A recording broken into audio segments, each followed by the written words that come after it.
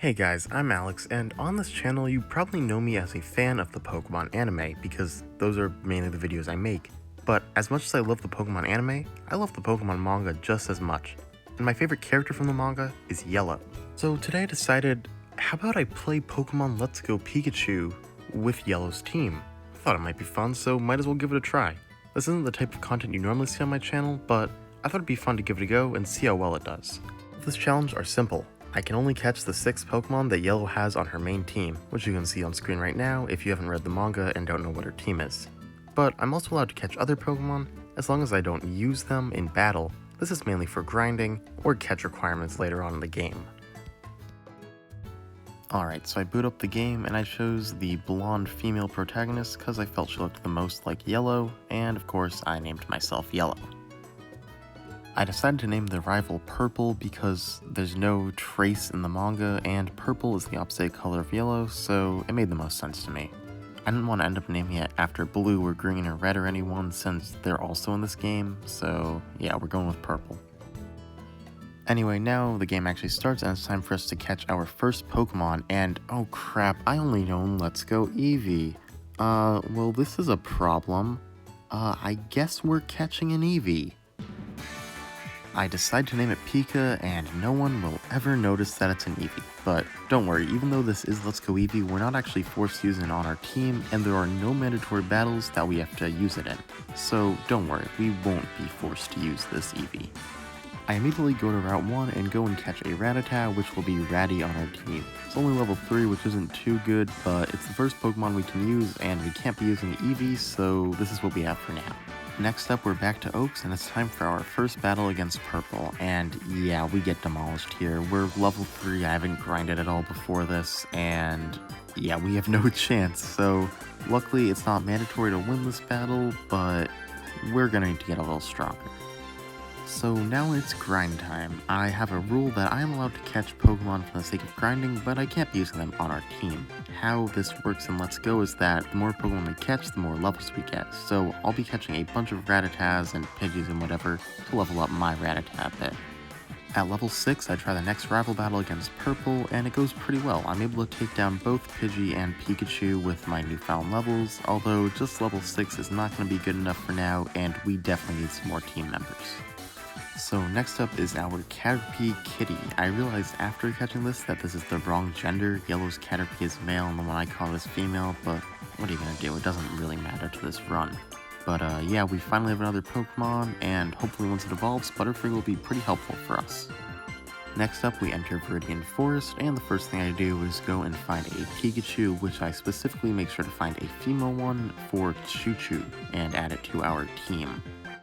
Throughout Viridian Forest and a bit of grinding after that, I get Caterpie to evolve once in a Metapod and twice in a Butterfree.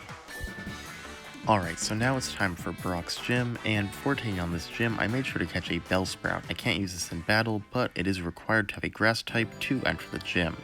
But now it is time for the first gym, so I go and sweep through the first 2 trainers, and it's right on to Brock. For Brock, I just kind of tried to brute force my way through him, and that proved to be a very stupid idea because he destroyed my whole team, so I had to go for a rematch. Luckily, this isn't a Nuzlocke, so I can battle him as many times as I need. For the second fight, I actually form a strategy. I start off with Kitty and take out Geodude using only Gust attacks. Even though I'm 4 times weak to Rock, his Geodude doesn't actually know any Rock moves, so we're completely fine. For his Onix, I decide to use a bunch of Tail Whips with Rattata to take down his defense, and then swap into Choo Choo to use Double Kick and knock it out, winning me my first badge. Next up, it's time for Mount Moon, and the first thing I do is find a Geodude to add to my team. Now, technically, Yellow never had a Geodude, just a Graveler and a Golem, but whatever, this is my video, I can do whatever the heck I want, I'm catching a Geodude. I also make sure to grab the Helix Fossil on my way through. We'll be able to revive this into an Ammonite later on in the challenge. When I get to Cerulean City, the first thing I do is go and fight Purple, although it wasn't much of a challenge. He did take out one of my Pokemon, but overall it was pretty easy, and we beat him. After Nugget Bridge and some of the next route, I finally reach Bill's house, and of course Bill is one of Yellow's greatest allies in the manga, so it's great to meet him in-game as well, and he's able to give us some tickets to the SSN, which we'll be using in a little bit.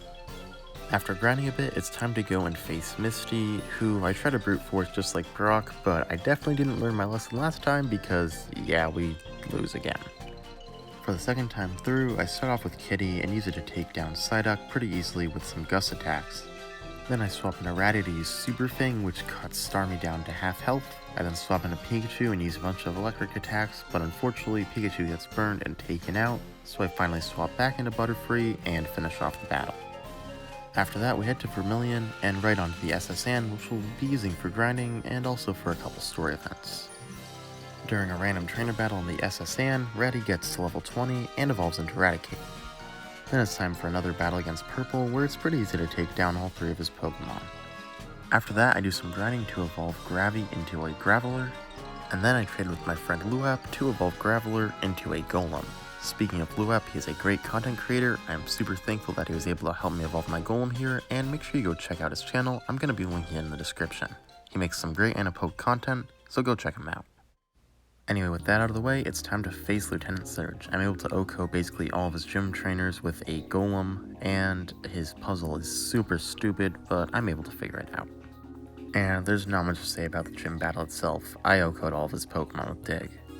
Next up, it's time for Lavender Town and the Lavender Town Rattle fight. Gravy learned Earthquake, so yeah, it's no question how easy this was.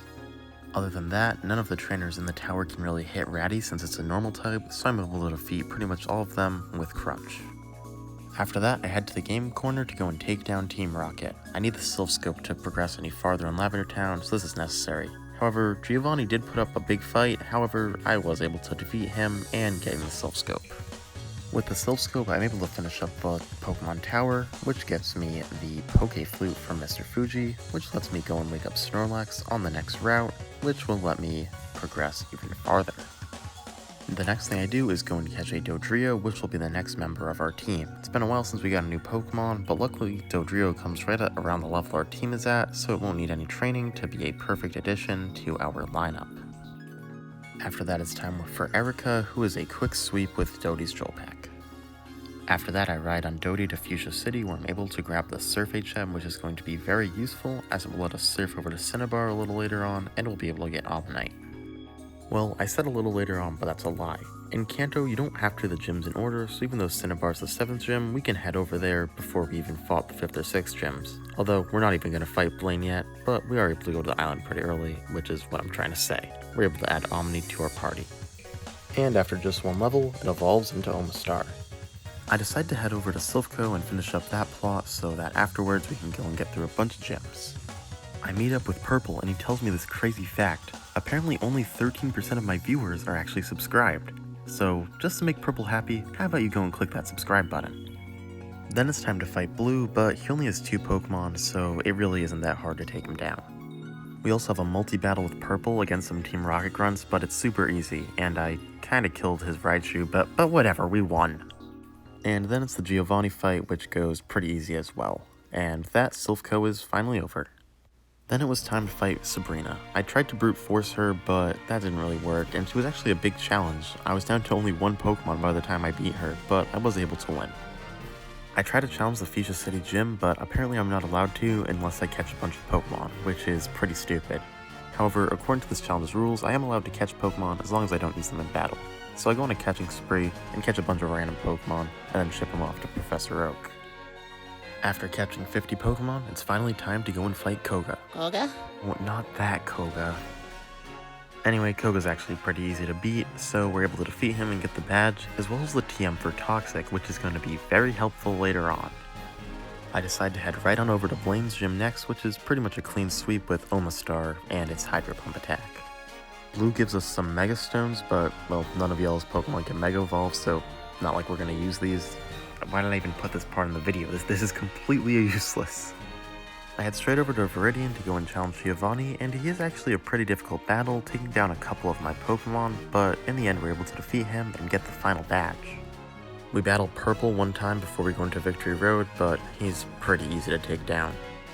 The trainers and puzzles in Victory Road are pretty easy and I'm able to get through them, which means it's time for the Elite Four.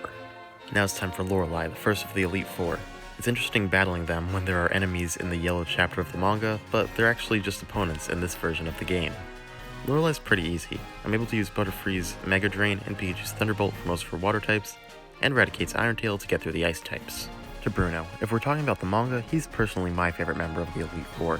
I loved his battles with Red, and I think he's just a great character.